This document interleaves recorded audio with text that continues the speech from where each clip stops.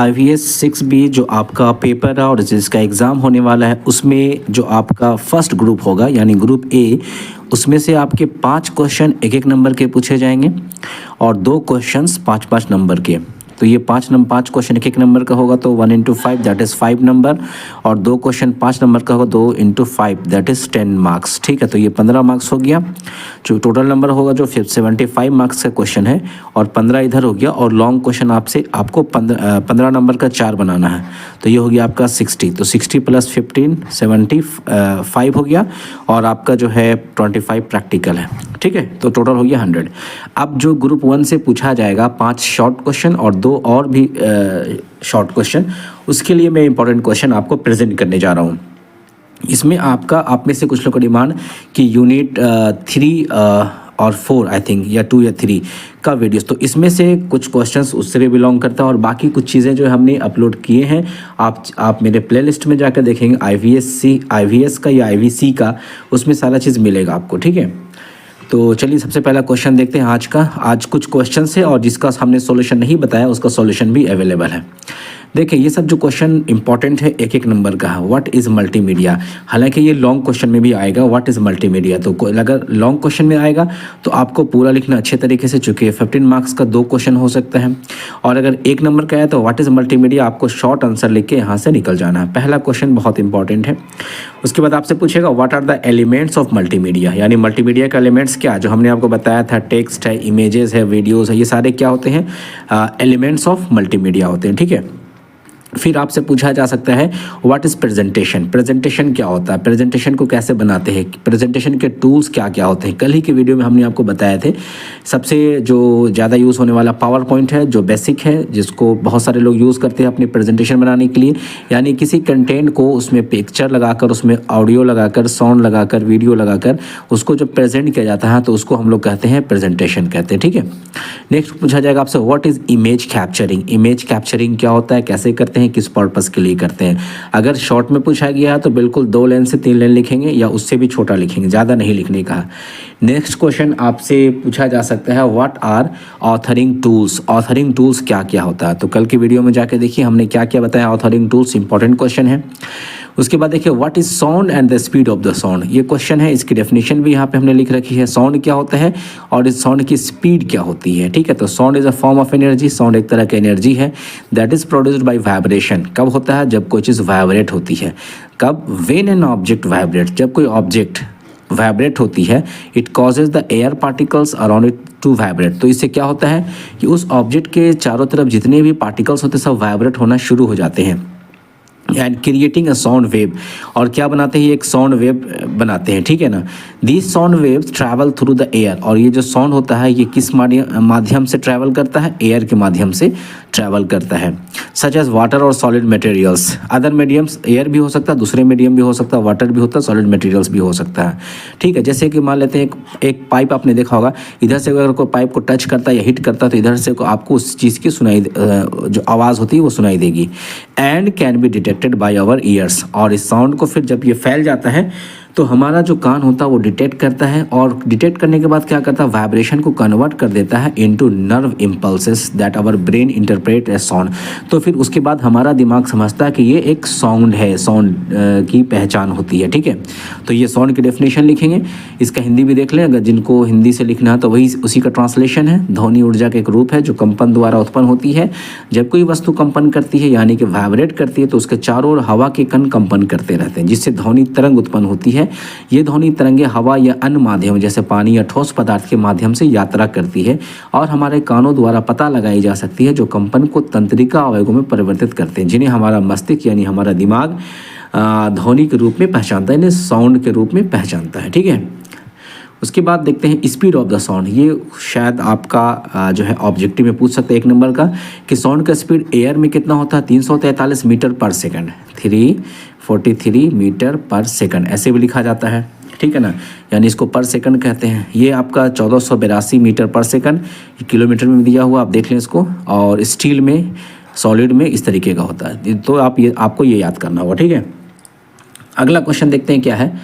Measuring the sound, sound को major किससे किया जाता है, ये बहुत इंपॉर्टेंट क्वेश्चन है। Sound is measured in units of decibels, ठीक है ना। डीबी का मतलब होता है डेसिबल्स, क्योंकि हर एक चीज़ का यूनिट होता है, मात्रक होता है, मापने का तरीका होता है। जैसे आप डेटा, कंप्यूटर का डेटा को आप मापते हैं ना, कभी केबी में मापते हैं, कभी एमबी में मापते हैं आप, कभी जीबी पे देखते हैं, हर एक चीज़ का। अगर आप क्लोथ को देखेंगे, क्लोथ क्या होता है, तो उसको आप मीटर में, सेंटीमीटर में मापते हैं। अगर कोई आप लिक्विड को देखते हैं तो आप उसको लीटर में देखते हैं, ठीक है ना। तो हर एक चीज़ की माप होती है, उसी तरीके से हवा, साउंड की भी जो मेजरमेंट होती है वो डेसिबल में होती है। उसके बाद नेक्स्ट क्वेश्चन आपसे पूछा जा सकता है, what is pitch, short question में पिच क्या होता है। तो आज ही जाके वीडियो देखिए, वहाँ पे दिया हुआ है। इनपुट डिवाइसेस, इनपुट डिवाइसेस यानी मल्टीमीडिया में जो इनपुट डिवाइसेस यूज़ होती है, मल्टीमीडिया में इनपुट डिवाइसेस कैसे कैसे, कौन कौन सा इनपुट डिवाइस यूज़ किया जाता है जिससे हम मल्टीमीडिया के कंटेंट को क्रिएट करते हैं। तो आप माउस, कीबोर्ड वगैरह को जानते हैं, उसको लिख सकते हैं। आउटपुट डिवाइसेस के बारे में हमने आपको बहुत सारी चीज़ें बताई, वहाँ पर भी आप जाके देखिए वीडियो को।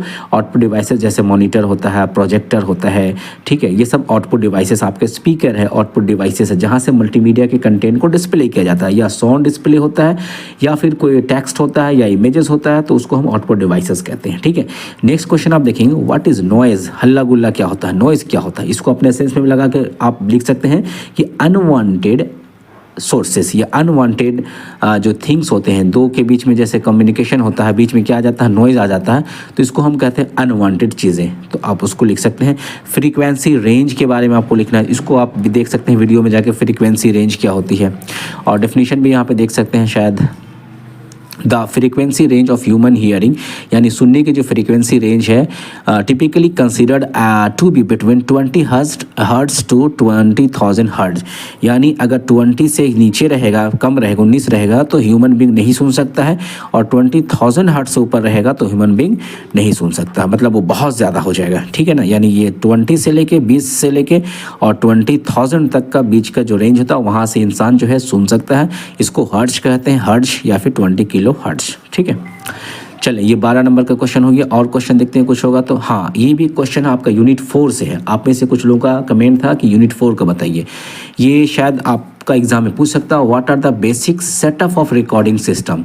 रिकॉर्ड करना है जी, सिंपल रिकॉर्ड करना। मैं भी अभी रिकॉर्ड ही कर रहा हूँ, मैं भी रिकॉर्ड कर रहा हूँ, तो मेरे पास क्या सेटअप है उसके बारे में आपको जानना। तो मेरे पास माइक्रोफोन है, सिंपल माइक्रोफोन होता है क्या है, आप जिससे आप रिकॉर्ड करते हैं, माइक्रोफोन क्या है, इसको आप पढ़ लेंगे क्या होता है। रिकॉर्डिंग की जो ज़रूरत होती है उससे हम माइक्रोफोन कहते हैं। ऑडियो इंटरफेस होता है, यानी हमारा जो convert your microphone to the audio interface to convert the analog signal to digital, यानी जो हम रिकॉर्ड कर रहे हैं इसको डिजिटल में कन्वर्ट करने के लिए जो इंटरफेस काम करती है ऑडियो की, वो उसको हम क्या कहते हैं, ऑडियो इंटरफेस। यानी आप कह सकते हैं कोई सॉफ्टवेयर भी हो सकता है, ठीक है। उसके बाद देखें, computer, use a computer with sufficient processing power and storage, install audio recording software, audacity, adobe audition. ये सब दो जो है, ऑडेसिटी जो होता है ये ऑडियो के लिए बहुत परफेक्ट सॉफ्टवेयर है, ये एडोब ऑडिशन है। मोबाइल वगैरह के लिए आप देखेंगे लेक्सिक ऑडियो एडिटर भी बहुत ज़्यादा यूज़ होता है, तो आप उसको भी मेंशन कर सकते हैं।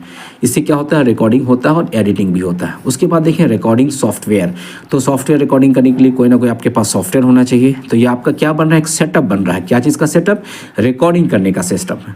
तीसरा है मॉनिटरिंग है, यूज़ हेडफोन्स और ऑडियो, यानी आप जो रिकॉर्डिंग कर रहे हैं, रिकॉर्डिंग को आप जो है रियल टाइम में आप देख सकते हैं कैसा रिकॉर्डिंग हो रहा है। इसलिए हेडफोन यूज़ करके बहुत सारा आप देखे होंगे, जैसे सॉन्ग वगैरह, एल्बम वगैरह रिकॉर्ड किया जाता है, तो लोग अपने अपने हेडफोन लगाए रहते हैं ताकि उससे लेवल पता चलता है रियल टाइम में कैसा हो रहा है, ठीक है। इससे जो बोलता है उसको सुन भी सकता है, वही चीज़ उसको कहते हैं मॉनिटरिंग। उसके बाद क्या है, अक्वास्टिक ट्रीटमेंट, मतलब consider the acoustic environment where you are recording, यानी कि एक चीज़ और सेटअप में बहुत फोकस किया जाता है कि आप किस जगह पे रिकॉर्ड कर रहे हैं। ऐसा नहीं कि आप जहाँ रिकॉर्ड करें वहाँ पे साउंड वाउंड आ जाए। जैसे मैं अभी मैं अपने बाहर के रूम में रिकॉर्ड कर रहा हूँ, तो मे भी आप बाहर के रोड साइड का आवाज़ सुन रहे होंगे, तो ये थोड़ा डिस्टर्बेंस होती है, बट थोड़ा प्रॉब्लम आज, इसलिए मैं यहाँ पे आकर रिकॉर्ड करूँ। आपको जो अनवांटेड चीज़ें जैसे नॉइज़ आपको मेरे वॉइस के साथ आ सकती है, ठीक है। तो एक्वास्टिक जो ट्रीटमेंट होता है, एक ऐसा इन्वायरमेंट, वातावरण तैयार कीजिए जहाँ पे आप जब रिकॉर्ड करेंगे तो आपके लिए कोई प्रॉब्लम नहीं होना चाहिए, ठीक है ना, कोई एक्स्ट्रा साउंड नहीं आना चाहिए, उसको हम कहते हैं एक्वास्टिक ट्रीटमेंट। और कुछ ऑप्शनल इक्विपमेंट होते हैं, जैसे कि अपने हिसाब से जैसे कि माइक लगाना है, ठीक है ना, माइक लगाना है तो माइक को जो है हम किस तरीके से स्टैंड पे खड़ा करेंगे, तो ये सब जो है ऑप्शनल इक्विपमेंट होता है, जिसको आप ये भी आपने जाना होगा कि कुछ फ़िल्टर भी लगाया जाता है ताकि साउंड जो है बहुत क्लियर पहुँचे, ठीक है। उसके बाद recording process, start your recording software, adjust levels to ensure a clean signals without clipping and बिंग रिकॉर्डिंग। उसके बाद शुरू कर दीजिए रिकॉर्डिंग सिस्टम का। तो ये आपने देखा 8 पॉइंट, अगर एग्जाम में आएगा तो बहुत अच्छे से आप लिख सकते हैं, बिल्कुल एकदम आप अपना सेंस लगाएंगे, अपनी दिमाग लगाएंगे कि रिकॉर्डिंग कैसे करते हैं। माइक्रोफोन चाहिए, सॉफ्टवेयर चाहिए, आपको सिस्टम चाहिए, कंप्यूटर चाहिए, एक पीस इन्वायरमेंट चाहिए। बिल्कुल अपने भाषा में लिखेंगे, हिंदी में लिखे, इंग्लिश में लिखे, जिस चीज़ में पूछेगा आप लिखेंगे, आपको पूरा मार्क्स मिलेगा, ठीक है। तो ये क्वेश्चन हो गया यूनिट 3 या 4 का। अब आगे देखते हैं क्या है। एक ये भी लास्ट चैप्टर से, माइक्रोफोन का टाइप्स क्या क्या होता है। तो आप इसमें गूगल भी कर सकते हैं, मैंने 4 से 5 यहाँ पे टाइप्स लिख रखे हैं। आप देखें ये जो माइक्रोफोन मतलब माइक कैसा कैसा होता है। कंडेंसर माइक्रोफोन्स होता है, लावालायर माइक्रोफोन्स होता है, लिक्विड माइक्रोफोन्स है, USB माइक्रोफोन है ना, शॉर्ट गन माइक्रोफोन्स है। अगर आप चाहते हैं और भी आपको मिल जाए तो आप गूगल कर लीजिए, और जितने माइक्रोफोन्स होते हैं, टाइप्स होते हैं, आप उसको लिख सकते हैं। तो एग्जाम में चूँकि आ सकता है, वाई बिकॉज सिलेबस में ये चीज़ मेंशन है कि आपको पढ़ना है माइक्रोफोन का टाइप क्या है। फिर ये वाला तो आप देखेंगे पहले ही यूनिट 3 में पहले ही टॉपिक है basic setup of recording system. इसको अच्छे से पढ़िएगा, बहुत अच्छे से, और बहुत टफ भी नहीं है ना, बहुत मुश्किल नहीं है। बिल्कुल आप एकदम रियल लाइफ का सेंस अप्लाई कीजिए और अपनी भाषा में लिखिएगा।